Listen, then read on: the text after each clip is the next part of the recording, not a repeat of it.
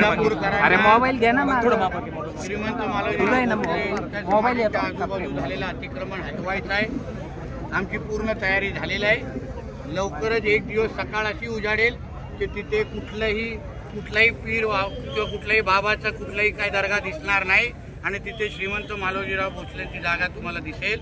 हीच आमच्या हक्काची जागा आहे। एवढा निर्धार आम्ही आज केलेला आहे। सर, तुम्ही आता भाषणामध्ये सांगत होता की पोलिसांना बंद ठेवा किंवा आम्ही बघतो जे काय होईल। एक वक्तव्य केलं होतं ओवीसींनी 10 मिनिटं पोलीस हटवा, त्यानंतर आता तुम्ही असं वक्तव्य करता आहात की नाही, अगर त्याला काय अडचण होत असेल कशा संदर्भात म्हणायचं असेल, अगर ते त्यांच्याशी बोललात तर बरोबर ना। मी काय बिल्ला लावलं नाही ना, माझ्याकडे काय वर्दी घातलेली नाही। मोर्चाच्या पूर्वी अनेक मराठा बांधवांनी विरोध केलेला। मला कुठल्याही हिंदूंचे काही तक्रार नाही। शेवटी ते माझे हिंदू आहेत, माझ्या हक्काचे लोक आहेत, माझ्या प्रेमाचे लोक आहेत, त्यांच्यावर कुठलीही माझी तक्रार नाही।